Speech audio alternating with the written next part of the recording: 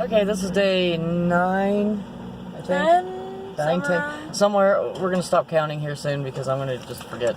Anyways, we are heading 65 miles to the nearest large hardware store. What are you doing? You have hay in your hair. Oh. To the nearest large hardware store because we got to pick up some roofing panels so we can get those windows in the apartment building covered. And yeah, that's the task for today.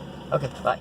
Alright guys, well, it took a little bit longer than we thought it would at the hardware store, and it takes about an hour 15, hour and a half just to get out there and get back each way. So I got some screws in here and stuff, bits. These are just deck screws. I mean, they're just outside screws. And then we've got some wood in case the frames on the windows, which some of them are really bad, and I apologize, it's a little bit windy out here. So we've got some of the wood in case we need to replace frames, and we've got this clear plastic.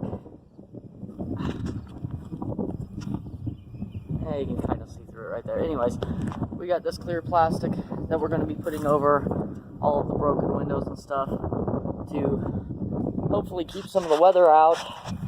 And we're going to take a bunch of the wood off of the windows that are covered in wood, so that we can actually see in those rooms, like the furnace room.